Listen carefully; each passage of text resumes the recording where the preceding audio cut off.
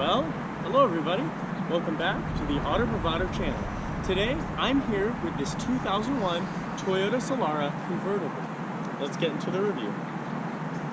So, I just want to give you a little background on the Toyota Camry Solara. So, the first generation existed from 1998 to 2003, and the second from 2003 to 2008. And this, being the first generation example, is one of the first convertibles that Toyota ever created. And before we get any further into the video, I just want to stress the idea, how cheap can you get into the convertible car market? Well, step no further than the Toyota Camry Solara. This one is from the 2001 model year, meaning it's almost 20 years old. And I have to say, even after all this time, and 170,000 miles later, it still runs like a champ. And by no means could I call this specific example nice, because the rims are trashed, the paint is pretty much trashed as well, but somehow it still runs. I mean, as you can tell, the paint is peeling pretty much everywhere, and the seats are torn, various things aren't working, but at the end of the day, it is a Toyota, and somehow they still run. I must point out though, I truly believe the first generation Solara is quite possibly the better looking generation, just because of this line that goes from the front to the rear of the car. It flows so nicely and adds to the character of this car. And this isn't the 2-liter 4-cylinder or the 2.4-liter 4-cylinder. This is the SLE V6, 3 liters of displacement, front engine, transversely mounted, going to the front wheels. It's a convertible for someone that's not too cared about being sporty or flashy. I've got to be honest with you, this car is worth, well, about $500, so I mean, this is the top of the range model, pretty much. I mean, there's leather, wood trim, you know, black interior and whatnot, but I mean, at the end of the day, this is a 20-year-old car, and what's really amazing is how long it's actually lasted. I'm really surprised by this. Just to show you how much of a, well, a crapshoot this thing is, the convertible top does not work. It has to be forced open. The timing chain, or timing belt in this instance, is well, not working very well anymore, and the whole car shakes when you put it into drive, neutral, park, doesn't matter what you select, it rocks like a boat. And I have to talk about the back here. I think it's a really decent looking rear end. I mean, it's not overstyled, it's not overcomplicated, it's simple, and it works. It looks really good, and it complements the rest of this car. So before we get in, obviously, we're going to do it again. I'm going to talk about the key and the key fob. They use this on every single Toyota they sold in the early 2000s. Doesn't matter what model, Sequoia, Tundra, Corolla, Camry, every single Toyota uses this key. There's nothing wrong with it, and it works. So we're going to hop inside here, and one thing I have to point out, this interior has seen better days. That's quite apparent.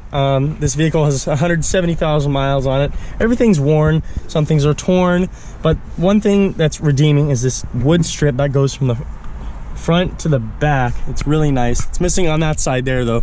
That's probably why this car is worth $500. So, and now that I'm sitting in here, you know, I just have to point out, it's actually really comfortable. There's seat covers on this side, so you won't get the exact seat feel as you would over here, because there's nothing over here, but these seats are fairly supportive. You know, they're not too grippy or anything. Something I have to point out here, you've obviously seen it in some of the cars we've had on here before, the use of parts that you can find in other models throughout the Toyota lineup. These window switches, you can find them on a Toyota Sequoia. These turn signal shocks, Toyota Corolla, and these air vents, Toyota Corolla. Pretty much everything in here is found in other examples of this car, or you know, Corolla, Camry, Tundra, and so on. I just want to move down here to the center control stack. You have your climate control vents, you have a clock, you have your radio, and you have your climate control. It's all so simple. A lot of cars today, they integrate all of that into a screen. Why can't I touch a button? Oh, how the times have changed. Something that's fairly interesting. I'm going to open this little tab here, and it reveals a little storage cubby with little humps on it. I don't know exactly what it's for, but it's lined in felt, so very interesting. I mean, pretty much all the bits in here are, you know, relatively normal. I mean, other than this little teeny circular speaker, I just have to come all the way over here to the cup holders. Is it a flat surface? Oh no, but they both open to reveal 2 cup holders. Very interesting. What's really interesting, it's not unidirectional. It doesn't open up this way. They just, you know, thought of this, and I really think this was an afterthought on Toyota's part, because, you know, considering the space that they've utilized already, you know, they shouldn't have been having to do this. All right, now we're gonna get into the passenger side. All right, well, it feels relatively the same here, other than the seat cover. I mean, it feels relatively normal, but you can really relax in this car. I mean, the seats are nice and soft. You have a nice soft dash that, you know, it feels relatively cheap, but the thing is, a lot of these dashes in the early 2000s, they're, you know, they last longer. They're not as scratched up. I mean, they just last so long. And I do have to give Toyota a little credit for this. You see the airbag is mounted up here on the dash. Instead of mounting it right here where your face would be, they tried to keep the lines, these coupe lines, all along this interior. And, you know, I will give them a fault for that, but, you know, this dashboard does not look that bad. Move to the back seats. We're going to go ahead and hop in here. So we're going to go ahead and pull this lever. It's going to load the seat forward. We can move it all the way forward for easy access and put it back in a comfortable position. And this is a relatively long coupe, but they've really utilized the space well. I'm going to go ahead and slide over here to the left side, and there's really a lot of room to relax. You have a nice armrest here. Put your hand, I mean, this is a coupe convertible that you can really stretch out in. It's really surprising. You don't see this with virtually any cars today. It might seem bare bones back here, but you have a speaker back here and a little lower armrest down here as well. You have a little ashtray sort of cubby holder that I have no idea what this does. Something that's really interesting, you see this side here? Well, there's not a light over here as opposed to over here. I don't know why they've done this, why they've chosen one side over the other, but you have one light on the right side. You know, this is the SLE V6 trim, and what's really surprising, you have perforated leather up here on the seat and the seat back, and you also have perforated leather back here as well as thigh supports. I mean, this is really amazing that they've done all this. This is really surprising. And here's something else that isn't working, the antenna. You obviously turn on the car, you want to put on the radio. Well, this antenna will rise up and you will broadcast all of your radio stations. And I just want to get in the trunk, but before we do that, I just have to show you these two switches down here for opening the gas cap and opening the trunk. Nowadays, you see all of these cars having buttons to do various things instead of a mechanical lever. This is how it should be. So now we're getting under the trunk of the Solara, and there's quite a bit of space back here. You can really, I mean, you can get your entire body in here if you want, and nonetheless, you have a ton of space. Here's something else. When you're going around in your trunk and you want to store all your belongings, you will obviously find your onion. All right, so now we're getting under the hood of the Toyota Solara SLE V6. So this is a 3-liter V6 that's transversely mounted, and it powers the front wheels. And it develops 200 horsepower and, more importantly, 214 pound-feet of torque. You can tell they've tuned this motor for somewhat of torque, relatively, to give it that sort of GT cruiser type of vibe. There's a certain part of me that likes 4-speed automatics. Even though as outdated as they are, it's just nice, really long gears. You put your foot in it, the revs build. It's like you're waiting for that power. You're working to get it, and it slowly rises and rises. That's what's so nice about 4-speed automatics. Something that's really nice about this layout is, I mean, everything's just so compact. It's really amazing. And this right here is about the size of the engine block. It's transversely mounted and so on, but it's really surprising how compact it is. I don't know if you just saw that, but this wire right here that goes towards the spark plugs, yeah, that was just unplugged. Well, we've taken an in-depth look at this 2001 Toyota Solara convertible. Now it's time to take it out on the road for a drive. All right, so now we're gonna take the Solara convertible out on a drive. Here we go. We're gonna start it up. And I just have to tell you about that timing belt thing. Well, you're gonna hear it in a moment. It's gonna sputter to life.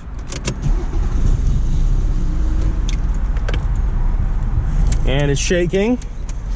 And it's barely working, but somehow it's still running. Look at that. It's all shaking and everything. Here we go. Put it into drive. And we're gonna set off. Here we go. Everything's shaking, and the fuel gauge works.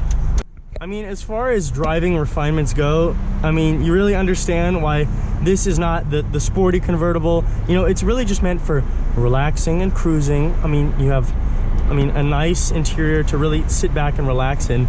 I mean, I could really say this isn't necessarily an enthusiast, you know, car per se, even though it's a convertible. I mean, that's a big part of it, but I mean, you can really understand the appeal to the Solara without having to get some crazy, you know, convertible. We'll take a turn here, make it into the intersection, and it actually handles reasonably well. The tie rods and everything else are relatively old, but nonetheless, it's, you know, it's still relatively good. I mean, everything's shaking and moving around. The transmission just clunked into like second gear, but it's really interesting because, I mean, everything's so janky, but somehow it still works. And this is what I love about Toyotas. Return to about 3,000 RPM. It's accelerating. It's still going. And as you can see, everything's just shaking and it's still driving. I can smell a little bit of smoke, but you know, it still sputters along. I mean, at the end of the day, this is actually a really fun car. I mean, you can have the wind in your hair, and you know, it's really enjoyable. It actually is. And even though, you know, you're not going to be, you know, racing around and whatnot, you know, the nice thing about this is, as opposed to all the other convertibles, you know, I'll make an example of the Eclipse. That was supposed to be the sporty convertible. You know, as you saw, you know, it had a reasonable amount of pickup and so on, but you can understand the Solara is completely different. And this is a relatively low revving V6. It redlines at about 6,200 RPM. So, you know, this is going to be relatively reliable. And I mean, it has been up until this point. It's almost at 170,000 miles. So, you know, good job, Toyota. Well, we just made a U-turn, and I have to say it's not the best turning radius, but you have to remember this is a super long wheelbase, and you know, it's a relatively long car as well. And I'll make a great point of that because when I was in the back seats earlier, you could see how much room you had as far as legroom goes.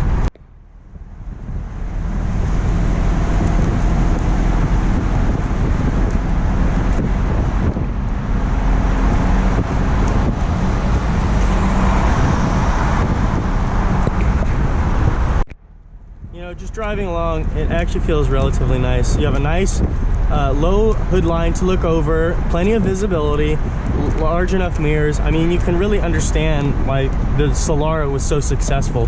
And they only sold it in about 2 generations, which spanned about 10 years. At the end of the day, it is a nearly 20-year-old design. But I mean, there's so many qualities that this car possesses that not many new cars today are able to achieve. I mean, for example, the windscreen pillars. I mean, just so many things. I mean, the lightness as well. This steering wheel, it feels relatively communicative. I mean, there's a good amount of feedback when you're going around corners. I mean, you know, at some point when you're going to start understeering. I mean, by no means is this a performance car, but nonetheless, you know, it still works. Well, I've never, well, ever felt a car this interesting, I could say. I mean, everything's shaking. It's, you know, it's getting older. It's nearly 20 years old. And I just have to say, it's really surprising that this one's still on the road today. Anyways, guys, thank you so much for watching. I had an absolute blast driving this car, getting to check it inside and out. I hope to see you guys here all back again very soon in the next video. See ya.